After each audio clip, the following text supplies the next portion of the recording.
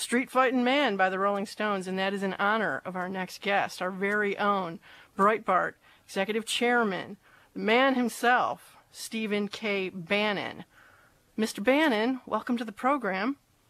Well, it feels pretty good having two major personages like you do the Sunday show. So I know it's in safe hands. Well, we do our best. You know, it's good to get a compliment from the boss, though, don't you think, Joel? Very good. Speaking of the boss, hold it. Joel's what, top 50 Jewish personages of power and was it entertainment value in the country? That's right. Like that. Yep, something like that. You took my thunder. I was going to close the show out by bragging up Joel, but yeah, Joel is everybody loves Joel. I mean, Joel is like a complete star. But yes, he has been named the top 50 most influential Jews in the country. And we all knew that. Actually, he's the number one most influential among us. But, well, you know. Yeah, exactly. It's very kind. I want to just say, Steve, I was looking through my phone. I realized today is the 1-year anniversary of Super Sunday. I guess technically the date is tomorrow, but this is the Sunday before Election Day. And that Sunday, last year, 2016, Donald Trump was on the road, in the air, 7 different states. And I remember it was just this crazy marathon. We started the day in Colorado, flew to North Dakota, drove to Sioux City, Iowa, and then he had a rally there, then flew to Minneapolis, which was a surprise stop. That was a real surprise, and maybe you could talk about that. I have some great pictures of you standing on the tarmac there in Minneapolis. There were 17,000 people ringing the airport and 3,000 in the hangar, and it was deafening inside there, and people were standing on distant hilltops just to see the rally, all the way on the other side of the tarmac. Then we went to Sterling Heights, Michigan, which was crazy. Ted Nugent had to play for an hour while we got there, but the audience there was young and rowdy and really on fire, and it was unseasonably warm. People were in Red Wings T-shirts. Then we flew down to Pittsburgh and had the last, I think, hangar rally of the entire campaign late at night. And then by then it was getting really late, and the campaign flew on to Virginia, where there was a rally in Loudoun County. These people had been waiting for an event that was supposed to start at 9:30 p.m. Sunday night. It started 12:30 a.m. Monday morning. And Trump comes on and he calls us the midnight special. And I texted my wife from that rally, and I said to her, I think he's going to win. Because when I saw these people standing there with their kids on their shoulders well past midnight, waiting for Donald Trump, and hundreds more outside.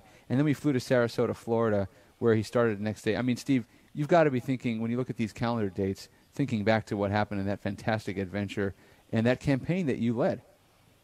You know, Joe, it's really great. I'm so glad that you were that we embedded you. But, you know, when we came out of the campaign I divided it into 3 parts. You know, when I left Breitbart, that Saturday, I think it was the 13th or 14th, he was 12, 14, 16 points down, double digits down in every battleground state. Didn't have a lot of organization, no money. So we set into 3 pieces. One would be from basically mid-August to the first debate. That was about 7 weeks. And we would try to close that gap down to single digits. Now, it turned out by Trump going back to this populist nationalist message, we were actually within the margin of error to 2 up on the morning of the debates. We knew the debates were going to be very different because she's a great debater. Trump had never really had, one-on-one debates like he was going to have in the presidential run. And so we figured we called audibles. And so we worked through that, right? And then when we came to debates, we knew it was 3.5 weeks of a mad sprint. And we were going to build momentum. And like you said, have, 5, 6, and on Sunday, Super Sunday, have 7 rallies. The interesting thing about, you mentioned Wisconsin, and this tells you a little bit about the Republican establishment and, quite frankly, the difference between the grassroots movement. On Friday, we get this huge fight with some of the establishment guys in Wisconsin that said, hey, you're going to lose Wisconsin. You're 3 points down, 5 points down. It's not close. We want to cancel because we were supposed to go to Wisconsin. We had this huge fight, and it just turned out that we weren't going to be able to do it. They didn't want to do it. So we said, let's do Minnesota. And Trump had literally been all over me to do Minnesota from the beginning. We had never really made a stop. He had done one fundraiser, but no stops. We went to Minnesota. Joe, you saw how crazy it was there. And Trump really talked about the Somalia, immigration issue. And nobody said, it's a third rail in Minnesota politics, but it resonated. We lost Minnesota 2 days later by 1 point. And if we had spent more time there, I think we could have won it. But I remember that. And the thing about the last one, Laura Ingraham was with us. I don't think the thing started till like 1 a.m. I don't think the guys got out of there to 2:30 or 3, and they couldn't find the cars. It was so dark, but the place was packed. It was an incredible day. It's probably the most intense day. Although Monday was great, we didn't get home until 5 a.m. on Tuesday, election day. It was, I got to tell you, that Sunday is a very special day. I think it's one of the biggest days in American political history. Well, that's what people told me at the end of that day. And when I was in Virginia that night, and I said to people, why are you still here? And they said, we want to see history. He's going to win. We want to be part of history. That's how they felt about it. You know what, Steve? I want to jump in here and talk about the speech that you gave on Saturday. That was amazing.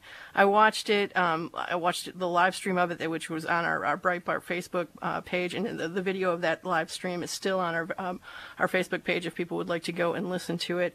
And I'm watching with my family here in Michigan, and they were hooting and hollering and cheering.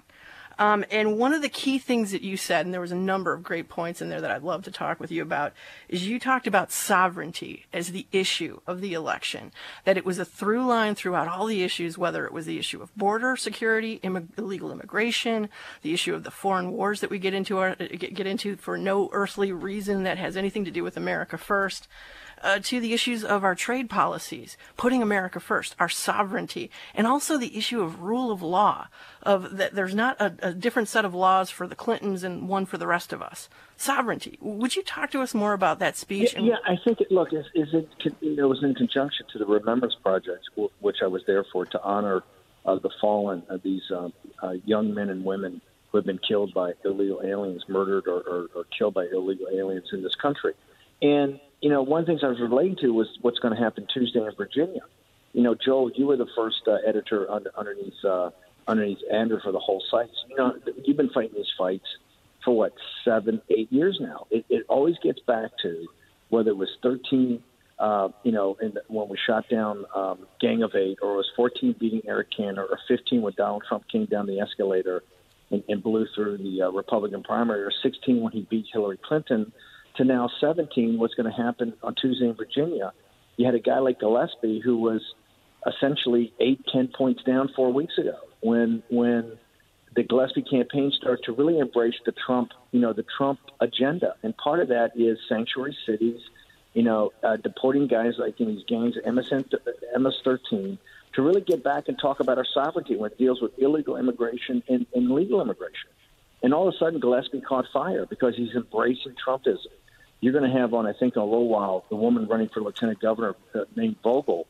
She is just fantastic. She reminds me, quite frankly, Graham, of a Sarah Palin. Just a fire-breathing populist. It just gets people worked up. And, I think you're seeing once again that this is a massive issue. It's the central issue of our time, the sovereignty of our country. And the hobbits, the working-class people, are not going to let the establishment take it away from them. And if it has to be Judge Moore in Alabama, or if it has to be Gillespie, who's quite frankly kind of an establishment guy, but he's got a very anti-establishment lieutenant governor, and he's really embraced the Trump agenda. And here in the last 4 weeks, and the Washington Post is reporting tonight, he may be up 1 or 2 points. So this thing's coming down to a photo finish. I also think you see in the Democratic Party, which I know the three of us have talked about a lot, how they can't even Northam is not a radical. He's kind of a center-left Democrat, but he can't even answer the question about sanctuary cities without sounding like an idiot. So I think, once again, this is something, and as you know, we're going to have this big DACA amnesty issue come up in December next month, where it's going to be a huge fight in the House, going to be a huge fight in the Senate. Breitbart's going to be all over it. I kind of threw down on Saturday and said, hey, no amnesty, no way, at no time. So we're teed up for another battle of the ages here in about another 30 days. And you made a real clear point there, by the way. You said that if McConnell and if Paul Ryan try to railroad through amnesty with DACA in the spending bill or in anything, that they're going to lose the House, especially. And once they lose the House, Nancy Pelosi is going to go for impeachment. You made that really clear. That is a warning that everybody needs to think about. I think it's pretty straightforward. If you look in Virginia, you see the grassroots are fired up. They're coming out now to embrace the Trump agenda. And as Gillespie has now articulated it, if the grassroots show up, we win. I mean, Joel just talked about this fervor that went around these 7 stops on Super Sunday in 2016 that really catapulted Trump to the White House. The grassroots are out there. People come to Minnesota, literally to an airplane hangar, 20,000 people on a very cold Sunday when pro football's on, to see Trump. 3,000 inside the hangar, kind of warm, 17,000 out freezing, out on the sides. They'll do that because the grassroots, the hobbits, they want to take their country back. They don't want to lose their country. But for some reason, the establishment just keeps coming. And I tell people, if you come and force amnesty down people's throats, you're gonna break the enthusiasm of people. They're not going to show up. These 23 swing districts are going to turn out to be 50 House seats lost, and you're gonna turn over to Nancy Pelosi. And I don't care what she says. She's going to do what Tom Steyer is putting millions of dollars into this campaign to impeach Donald Trump, and they're going to try to impeach him. Steve, you mentioned the 2013 fight, and, when we were in the trenches at that time, I initially had a softer approach. I was always against amnesty. In fact, I remember one of the discussions we had in 2012 on the editorial call was about what the position should be on amnesty, and I said, are you kidding? If the Republicans pass this, I'm no longer a Republican. But in terms of approaching this, I thought, well, let's try to be friends with people. And, and then you had me covering some of these rallies, the amnesty rallies. And I went to L.A. City Hall one day, and I came back shell-shocked. And I remember telling you about this. The Mexican flags, the threats, the kinds of rhetoric people were using that was anti-American. And if you're trying to make the case that people who are here illegally should become part of America, they're just as American as everybody else, why are you waving the Mexican flag? Why are you threatening people? They were threatening Republicans with political extinction. And when you look at some of the rhetoric on that side, it really turns you off. And I have to think that's playing in Virginia with that Latino Victory Fund ad and the Ed Gillespie bumper sticker on the back of a pickup truck that's mowing down young minority kids. I mean, from the outside, it looks like that's had a huge backlash in Virginia, and it's helping Gillespie. Huge backlash. I mean, Joel, you guys in L.A. have seen it up close and personal for over a decade. But I think on the East Coast, we're just starting to see it when it gets into elective politics. I think, quite frankly, people in Virginia, you got to remember, sanctuary cities was not even an issue 2.5 or 3 weeks ago. Now it's a huge issue. It could be the defining issue of this election because the simple thing about this ad. This ad was so over the top, to show some guy, I guess, in a pickup truck with a Confederate battle flag and the Gillespie thing running over people. It was just so, over the top, and people were turned off. The people in the center. So, look, you've seen it. One of the concerns I have about California, it's a nullification state. I mean, you guys have actually nullified not just sanctuary cities. You're now a sanctuary state. So you see the extreme measures that people are going to really divide the country. I think Virginia has shown that if you get back to these issues of sovereignty, get back to these issues of sanctuary cities, Kate's Law, illegal aliens, that, you can put a winning coalition together. And so I think that whether Gillespie wins on Tuesday or not, he certainly closed an 8.5 or 9 point gap in, 3.5 or 4 weeks based upon these issues. And I think that those Trump issues, those kind of populist nationalist issues are winners. And I think we can win in 2018 if you just stick with the program and don't try to force, amnesty down people's throats. By the way, Steve, this morning on Meet the Press, Chuck Todd asked DNC Chair Tom Perez about that ad, and he said it was your fault because you had endorsed Ed Gillespie. So it was Ed Gillespie who was fear-mongering, and that was why that ad had to run. So it's got to the point where they just say it's Steve's fault. I'll take Perez's compliment. It's got to the point where they just say your name. The only downside of there's only one downside of Gillespie winning on Tuesday, and that's probably the Democrats will let Perez go as a DNC, which I think he's the gift that keeps on giving. Yeah. Well, the resistance in general really is a gift to the Republican Party, as you've told us many times. There's one thing that I wanted to mention with you, Steve. We see the Paris thing actually illustrates a point, which is right now you've become. And I'm your fangirl, so I can say this. I would be your fangirl even if you were my boss. But you have become basically the de facto leader of the Republican Party. All he has to do is say Steve Bannon, and everybody's like, and everybody in the Democrat left just starts shrieking. It's sort of like what they do with Sarah Palin, with my former boss, Sarah Palin. They just start shrieking when they say her name.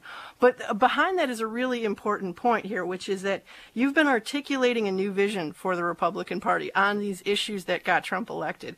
There was an op-ed in the New York Times recently, just a few days ago, by Barry Weiss, who said who wrote that basically the establishment conservative citadels, these great think tanks, these old think tanks, they're venerable institutions, are now confronting how to deal with this powerful, as they quote, powerful Bannon wing of the Republican Party, and how to understand these issues that you brought up that are so different. And we also see that with the Bush family, the Bush dynasty. They're back in the news again, now talking, there's a new book that's coming out basically calling them the last Republican presidents. And by that I mean George H.W. Bush and George W. Bush. And they were, of course, out, slamming Trump again. And I want you to comment on this. You talked a little bit about it in your speech on Saturday. Tell me what you think about this. First, I refer to the Bushes as the last Whigs, because I think that Republican Party that they talked about is essentially over. Listen, I try to be, bad cop to President Trump's good cop. He's head of the Republican Party. He tries to stay above the fray, and hopefully I'm there to do the dirty work as his wingman. But the issue is about, what are we talking about? This party is a party made up of workers. It's made up of American workers. It's made up of the American middle class. It's got to represent not just their values, but their interests. And it doesn't. The donors and the consultants and the lobbyists and the politicians they bought in the Republican Party don't represent their interests at all. And it's quite shocking. I think now with the Internet and news services like Breitbart and Daily Caller and others, you've disintermediated the kind of old think tanks of the conservative movement, and you disintermediated the old media companies, including Fox News to a large extent, which is really quite establishment. And I think you just have this energy at the grassroots level that really wants to take its party back, and by taking its party back, then really effectuate change in the United States. And I think it's healthy. I think it's great. And look, it's all about elections. If you've got a better idea and a better candidate, throw down, and let's see if you can win. But I think the energy's on the grassroots side, and I realize they use my name as kind of a Darth Vader figure to scare little children, or at least donors to write bigger checks. But I think the power of what the grassroots has done, it's turned their money from their biggest asset into their biggest liability. And now we're in a situation where the Karl Roves and the geniuses around Mitch McConnell, the more money they spend, the fewer votes they get, and they're in full panic. The Bushes are triggered by Donald Trump. They personally, obviously detest him. I hear this book's going to actually say that Bush 41 actually voted for Hillary Clinton, and Bush 43 didn't vote at all.